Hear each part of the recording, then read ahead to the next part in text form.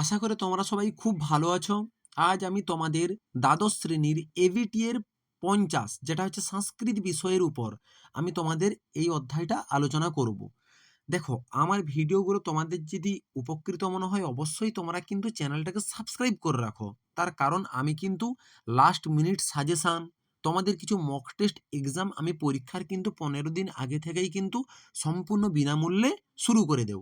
দেখো, তোমাদের যে প্রথম যে কোশ্চেনটা কি বলেছে, এই যে ৪টার মধ্যে যেকোনো ৩টা কিন্তু সংস্কৃতে লিখতে হবে।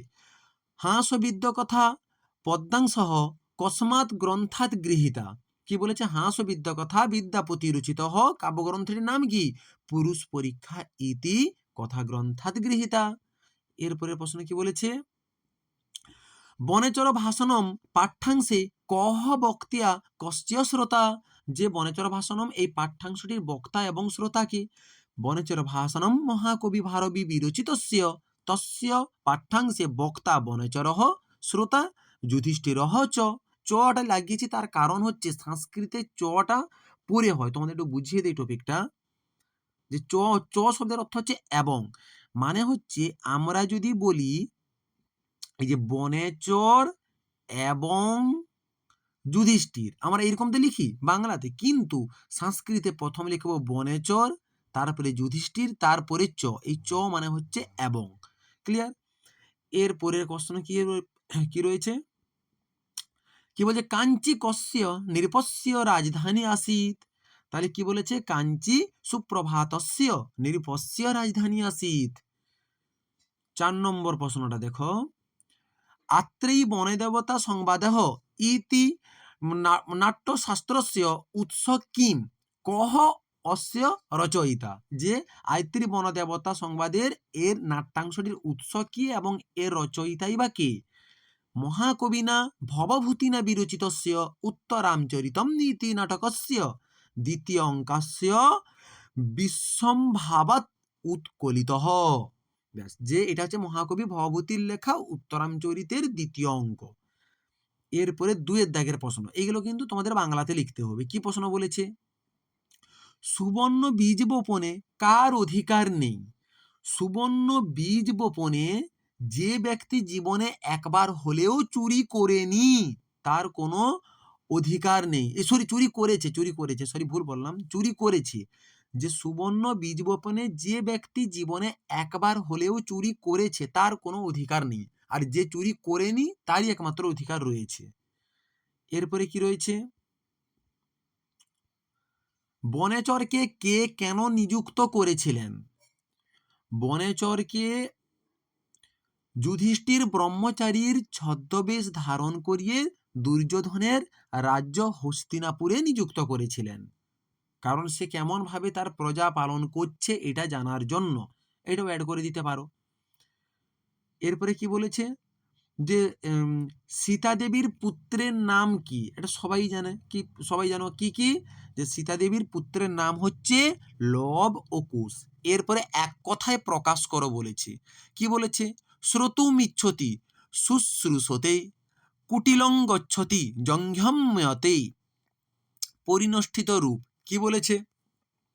প্রশ্নতে আমাদের দেওয়া থাকবে রুদ জং লটতে ররুদ্যতে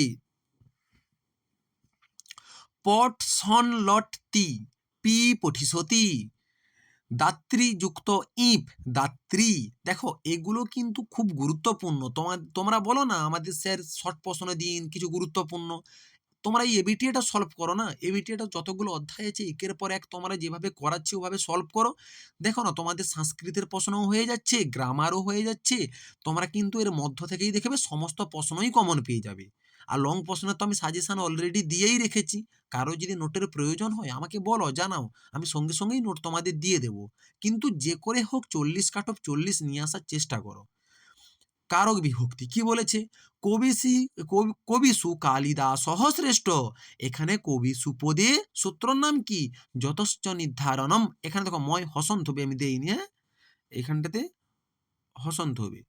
যতশ্চ নির্ধারণম সূত্রানুসারে অধিকরণ কারকে সপ্তমী বিভক্তি হয়েছে। শিবায় নম। দেখো, এখানে তোমরা যারা যারা সূত্রটা মুখস্থ রাখতে পারবে না শুধুমাত্র এইটা লিখলেও নাম্বার পাবে। কোনটা? যে এখানে নমঃ শব্দযোগে চতুর্থী বিভক্তি হয়েছে। কিংবা কেউ যদি সূত্র লিখতে চাও, নমঃ সতী সাহা সাধালং বড়স বসড় যোগাশ্চ সূত্রানুসারে অপদান কারকে চতুর্থী বিভক্তি হয়েছে। ধনাদ বিদ্যা গরিয়সী, ধনাদ বিদ্যা গরিয়সী কি হবে? এখানে ধনাদ পদে অপেক্ষার্থে পঞ্চমী বিভক্তি হয়েছে। এরপরে কি রয়েছে? অর্থযুগলের পার্থক্য লেখো। শূদ্রা শূদ্রী, শূদ্রা হচ্ছে শূদ্রা জাতীয় নারী, শূদ্রী হচ্ছে শূদ্রের পত্নী।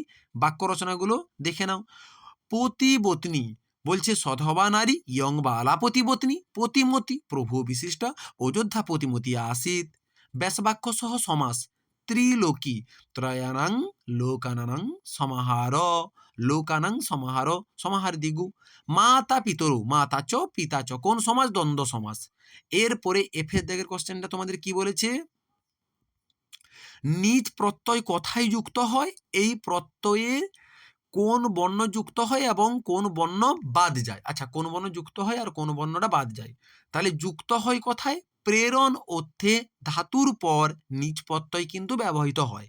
আর এই প্রত্যয়ের মূর্ধন্যয় হসন্ত এবং চয় হসন্ত লুপ্ত হয়, কেবল হোসেই বর্তমান থাকে। যেমন পদ যুক্ত কি বলছে যে নিচ, তারপরে তোমার গ্রেটার দেন করে দিলাম, এবারে পচ কি পড়ে থাকলো? হোসেই, ই সমান হচ্ছে পচি হয়েছে। এরপরে স্ত্রীলিঙ্গের রূপ ইন্দ্র, ইন্দ্রাণী, মনু, মনাবি। এরপরে কি রয়েছে? রাজন, রাজ্ঞী। এরপরে কি রয়েছে? হস্যচরিতের রচয়িতা কে? বাণভট্ট। এটি একটি কোন শ্রেণীর? এটি হচ্ছে আখ্যায়িকা শ্রেণীর গদ্য কাব্য। এরপরে কি বলেছে? অনন্ত ভট্ট রচিত চম্পু কাব্যটির নাম হচ্ছে কি? ভারত চম্পু। এর বিষয়বস্তু কি? মহাভারতে কুরুক্ষেত্র যুদ্ধের প্রেক্ষাপট ও কৌরব পাণ্ডবদের মধ্যে গৃহযুদ্ধ এবং তাদের বংশের বিবাদী ছিল এই কাব্যের মূল বিষয়বস্তু। চরক সংহিতার 8টি স্থান। দেখো, লং প্রশ্নের জন্য কিন্তু চরক সংহিতা খুব খুব গুরুত্বপূর্ণ, খুব মানে খুবই গুরুত্বপূর্ণ। বুঝতে পারলে? এখানে এর 8টি স্থান রয়েছে এবং 120টি অধ্যায়। 8 120। তারপরে কি বলেছে? সতীনাথ আচার্যের দুটি গ্রন্থের নাম কি? একটা হচ্ছে কাব্য নির্ঝরী আর একটা হচ্ছে ভাব বিলাসিতম।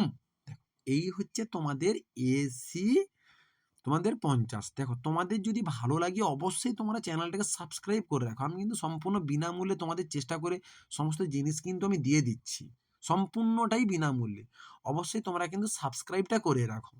এবং আমি লাস্ট মিনিট তোমাদের অনেক কিন্তু মক টেস্ট আমি এক্সাম নেব সম্পূর্ণ বিনামূল্যে, যেখানে লং প্রশ্নও থাকবে, তার আবার উত্তর আমি ইউটিউবে আপলোড করব। সম্পূর্ণ জিনিসগুলো বিনামূল্যে পেতে অবশ্যই চ্যানেলটা সাবস্ক্রাইব করে রাখো।